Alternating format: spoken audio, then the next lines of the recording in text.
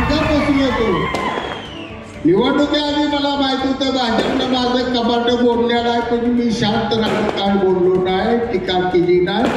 पराभवानंतर सुद्धा फडणवीस साहेबांवरून सांगतो मी भाजपवर आरोप केला नाही, पण भाजपने तर मदत शेका पक्षाला केली, तालुक्याला माहीत होतं तरी आम्ही सहज केलं, कारण मित्र पक्ष आहे. प्रशासनाचे आमदारकी करायसाठी रात्र भावा दोघं 3 महिने झोपलो नाही आम्ही.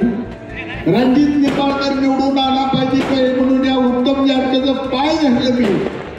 नवरा बायकोचं पाय धरली, पाय दोस्ता पोरगाय म्हणून एवढ्या वेळा ऐकून आयुष्यात काय ऐकू नको. 1,00,000 मताचं पावसाळ्यामधनं निंबाळकरला लीड घालवलं.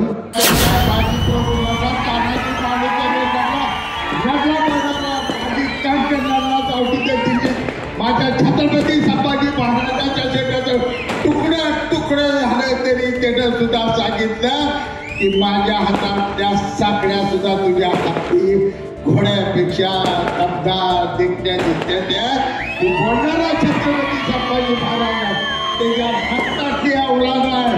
नरड तुटून पडलं तरी मागं पुढं बघणार नाही. तो स्वामी बातमीला तर घाण ठेवणार नाही.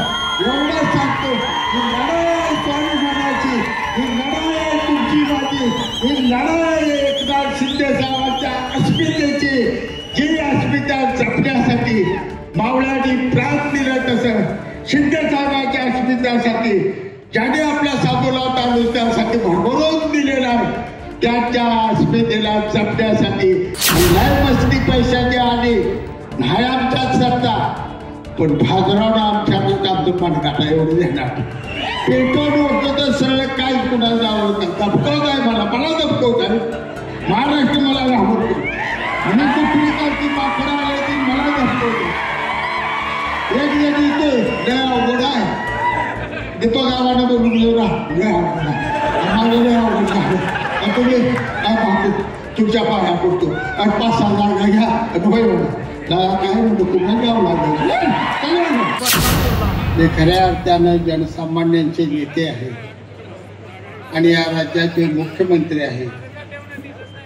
आदरणीय आपले सर्वांचे लाडके नेते एकनाथजी शिंदे साहेब, माझा जिव्हाळ्याचा एक मित्र, ज्यानं फडणवीस साहेबांचा शब्द खासदारकीला ऐकला नाही म्हणून त्याची मी दोस्ती तोडली होती 1.5 वर्ष. तो आज पुन्हा माझ्यासाठी इथं धावून आला. ते आमदार उत्तमराव जानकर, आपल्या सर्वांचे लाडके नेते आदरणीय आनंदाभाऊ माने, व्यासपीठावरील सर्व नेते मंडळी,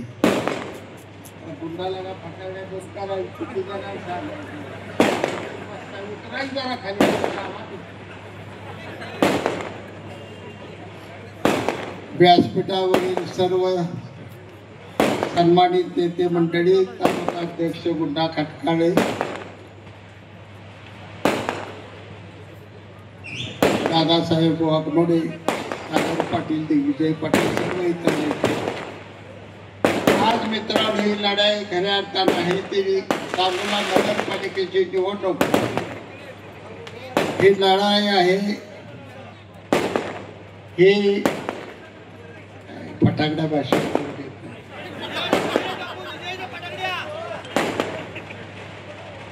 हे आपल्या स्वाभिमानाची निवडणूक आहे. आज आपल्याला गुलाम बनवलं, इंग्रजाने गुलाम बनवलं, त्यापेक्षा ही मोठी गुलामगिरी आज सांगोला तालुक्यावर आली. आणि हाच धोका आहे. स्वर्गीय गणपतरावजी देशमुख 75 वर्ष आणि शहाजी बापू पाटील 51 वर्ष, दोघांनी या तालुक्याचा स्वाभिमान जीवन ठेवलं होतं. आमचा साधा सुद्धा माणूस सुद्धा रस्त्यानं ताट मानवणं चालत होता. हे आमचं राजकारण होतं. आणि आज राजकारणानं वेगळं वळण घेतलं हेलिकॉप्टरने येतं धाड धाड धाड धाड धाड धाड मिलिटरीच्या माणसासारखं चालत सुटायचं दाब द्यायचा दाब दापाशा दाखवायला चाललंय काही नेमकं निवडणुका लढवायला का तुम्ही गुंडगिरी दादागिरी आमच्यावर करा बिरायला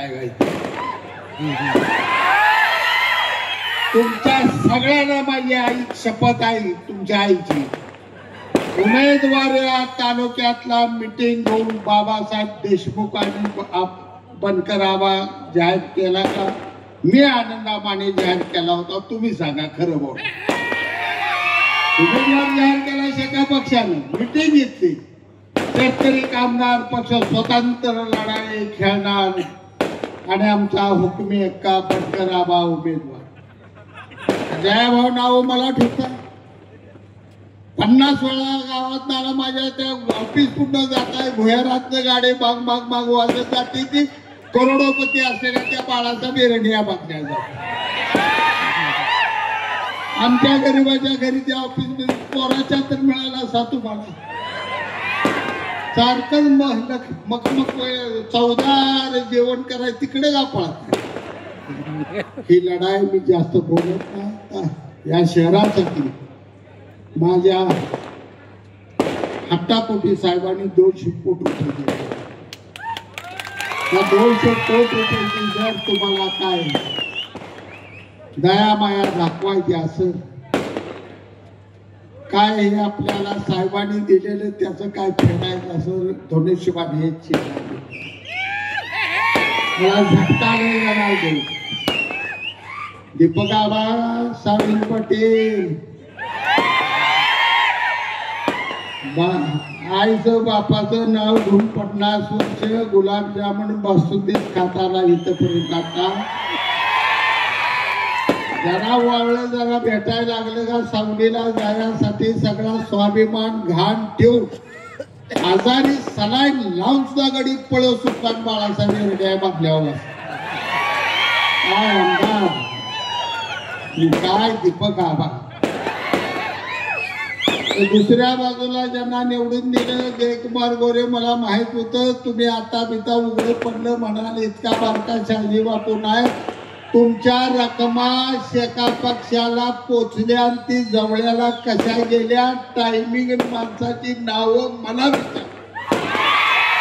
मुलगा बसलो होतो निवडणुकीआधी मला माहित होतं भाजपनं माझं कपाट बोललेलं आहे पण मी शांत राहून काय बोललो नाही टीका केली नाही पराभवानंतर सुद्धा फडणवीस साहेबावरून सांगतो मी भाजपवर आरोप केला नाही पण भाजपने तर मदत शेका पक्षाला केली तालुक्याला माहित होतं तरी आम्ही सहन केलं कारण मित्र पक्ष आपला आणि आज जुळवायचं सोडून तोडायचं करताय तुम्ही कशासाठी तोडलं काय माझा गुन्हा होता प्रशांत परेकाची आमदारकी करायसाठी रात्र भावा दोघं 3 महिने झोपलो नाही आम्ही रणजित निंबाळकर निवडून आला पाहिजे काय म्हणून या उत्तम जानकरचं पाय धरलं मी नवरा बायकोचं पाय धरली माझ्या दोस्ता पोरगा म्हणून एवढ्या वेळ ऐकून आयुष्यात काय ऐकू नको 1 लाख मताचं माळशिरस मधनं निंबाळकरला लीड घालवलं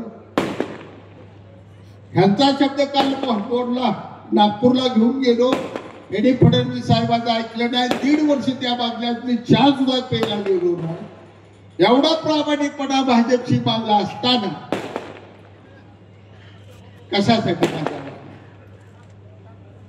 मला निवडणुकी भीती नाही लढला नाही रक्त भोसले गणाड्याचा माजी प्रभू लढला तानाजी बालुकर लढला माजी कांकर लढला जावटीच्या दिल्लीत माझ्या छत्रपती संभाजी महाराजांच्या शेताचं तुकडं तुकडं झालं तरी त्यानं सुद्धा सांगितलं की माझ्या हातातल्या साकड्या सुद्धा तुझ्या हाती घोड्यापेक्षा दबदार देखण्या दिसत्या की बोलणारा छत्रपती संभाजी महाराज त्याच्या हातातली अवलाद आहे नरड तुटून पडलं तरी माग पुढं बघणार नाही तो स्वाभिमान मेलो तर घाण ठेवणार नाही एवढं सांगतो ही लढाई स्वाभिमानाची ही लढाई तुमची माझी ही लढाई एकनाथ शिंदे साहेबांच्या अस्मितेची जी अस्मिता जपण्यासाठी मावळ्यांनी प्राण दिलं तसं शिंदे साहेबांच्या अस्मितेसाठी ज्याने आपल्या सांगोला तालुक्यासाठी भरभरून दिलेला आहे